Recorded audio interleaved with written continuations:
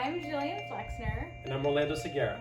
And we're here to chat about Self-Defined Circuits, a new opera that we wrote together that's going to be premiered May 3rd and run through May 8th with Fresh Squeezed Opera.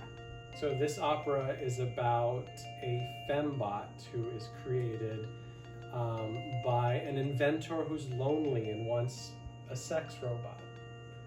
And then the sex robot learns more about the world and about herself and becomes self-aware or self-defined in this case.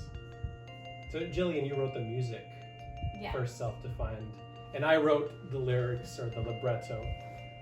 But you came up with the story. Can you talk a little bit about how you got the idea for Self-Defined Circuits? Sure.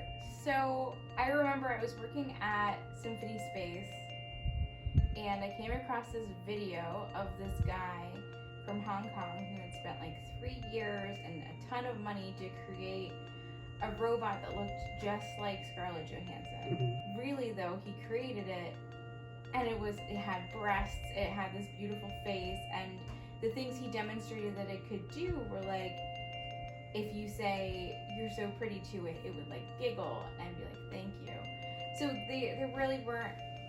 there were definitely social reasons why he created this and not scientific reasons. And I looked at this video and I saw it as the literal objectification of women. Right. And I just thought, what if the robot decided that this person that created it, that was using it, what if the robot thought, you know what, I want anything to do with you.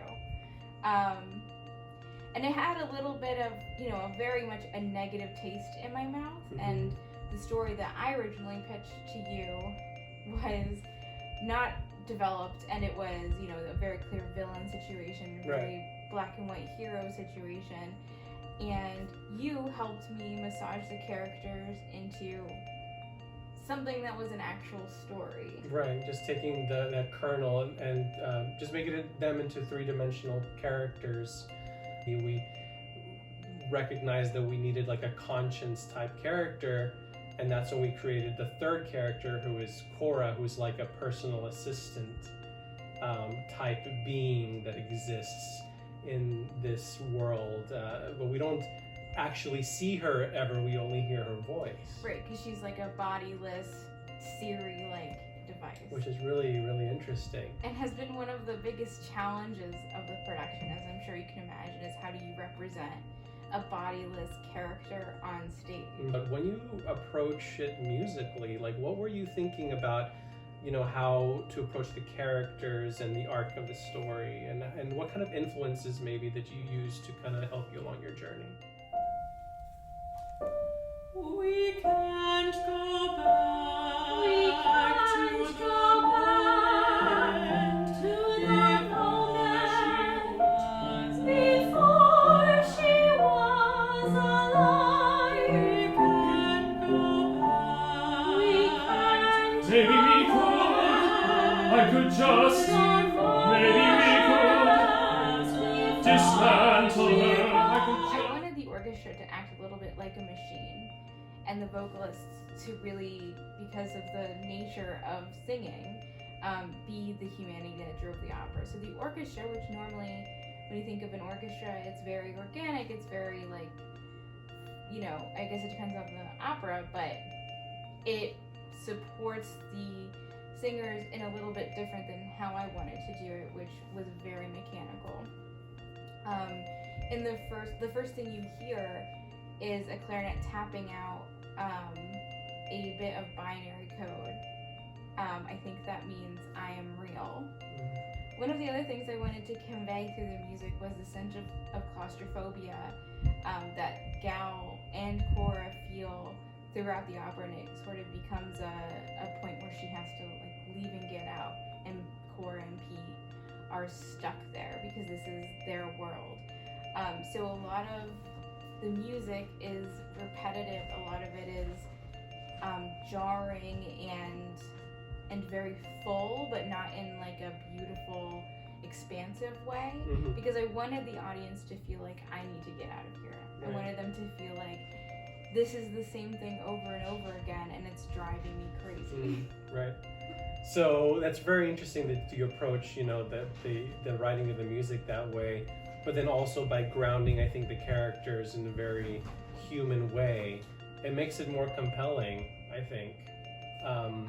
I know, like, from the words perspective, I tried to use a lot of literary influences. The big one that you mentioned off the bat was Pygmalion, and it definitely has a lot of Pygmalion in it. But then I recognized a lot of Frankenstein in it too, and ultimately Pinocchio, because that's Pinocchio's journey, is, from a toy to a real boy. That's kind of what Gal's journey is. And I find it interesting and kind of like an accidental thing that came about as we were working on it. Through the different stages, through the workshop stage and everything, what I noticed is that the fembot, of all the characters, there's Cora, there's Pete, but the fembot has almost 3 different identities. She's fembot, she's Gal, and then finally she's the name that she picks for herself.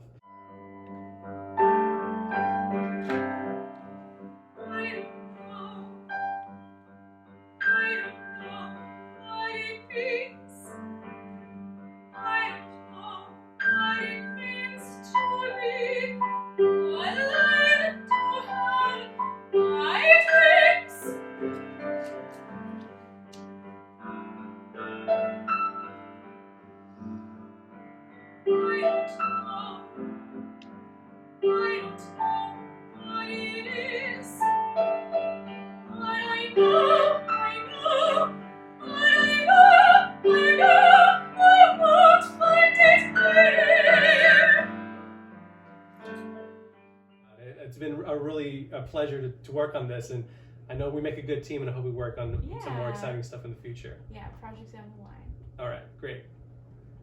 See you later. See you at the opera.